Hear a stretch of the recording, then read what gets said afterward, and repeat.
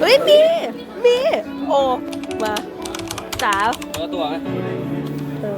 ว่ะอยากได้อันนี้มากเลยอ่ะนี่เท่าไหร่โอ นี่บอกราคาไหม ไม่ใช่อันนั้นมันอันนั้นไหนโออยากได้ตัวไหน อ่ะไหนดูก่อน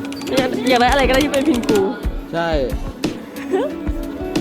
อันนี้แหละหนัก ถ้าได้มันไม่มาหา ๆเอา2 กล่องดีกว่าโลภมากน้องมีพินกู อันนี้มาดีเอาด้วย น้องเอาได้เหรอเท่าไหร่ไม่รู้นะ28,000เขาคือเลข ถูกนะโด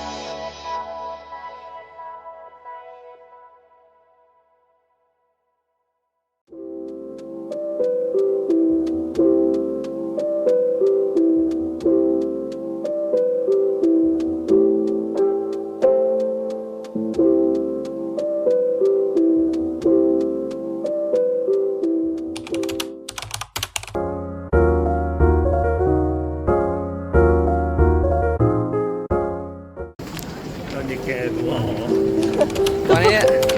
ถ้าได้มอลลี่ปลาเข้าร้านเลย แล้วเราจุ่มกล่องเดียวกันหมดด้วยนะมีโอกาส3 ใน 3 3 ใน 6 เปรี้ยวได้มอลลี่อ่ะ โมห้ามดูการ การจะไหนวะ อยู่ตรงตูด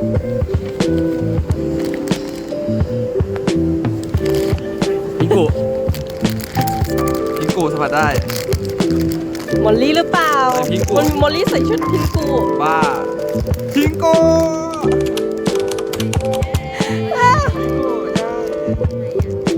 เฮ้ย ดีใจ ว่าที่ไทยขายหมดเลย ถูกกว่าที่ไทย40 บาท ถือว่าได้ตัวที่อยากได้ต่อไปอันนี้ซี มอลลี่ไม่อันนี้ซีเค็ด มอลลี่ ได้ มอลลี่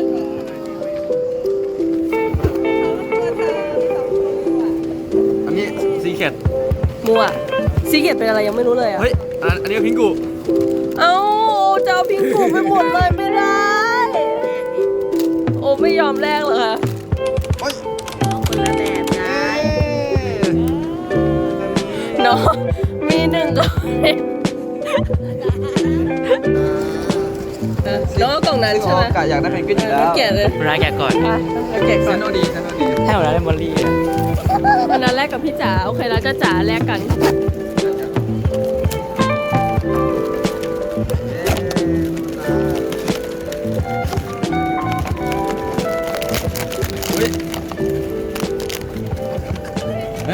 ไม่ดูดิ เหมือนมีห่วงยางอ่ะจะจ๋าแลกกันนะจะจ๋าแลกกัน ได้ตัว จะจ่ายได้ตัวนี้ พลาม เอาลำไป จ๋าได้เพนกวินแต่จ๋าอยากได้ตัวนี้หนูอยากได้เพนกวินแต่จ๋าไม่ได้ตัวนี้ทำไมคือ แต่ทางไหนได้เพนกวิน ทำไมจ๋า ทาง ทำไม นี้ แกะก่อนจ๋าล่ะ ก็เพราะว่าจ๋าขายไงคะที่ตอนนั้นหนูถามจ๋ามา ดูลูกชายเอง อะไร มอลลี่ ขนาดนั้นเลยหรอวะ มอลลี่อย่าเข้าวงการนะลูก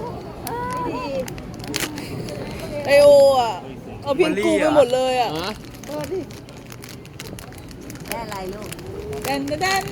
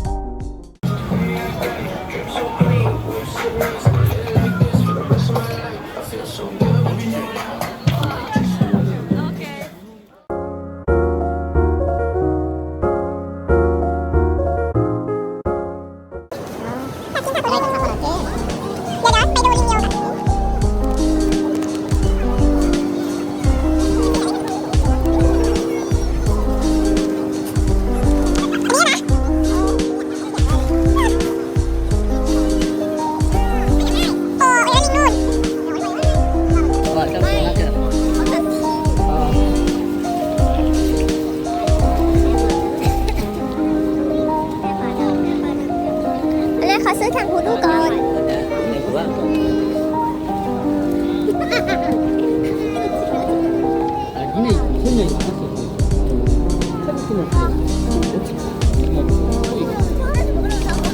감사합니다. 딸기 3개 주세요.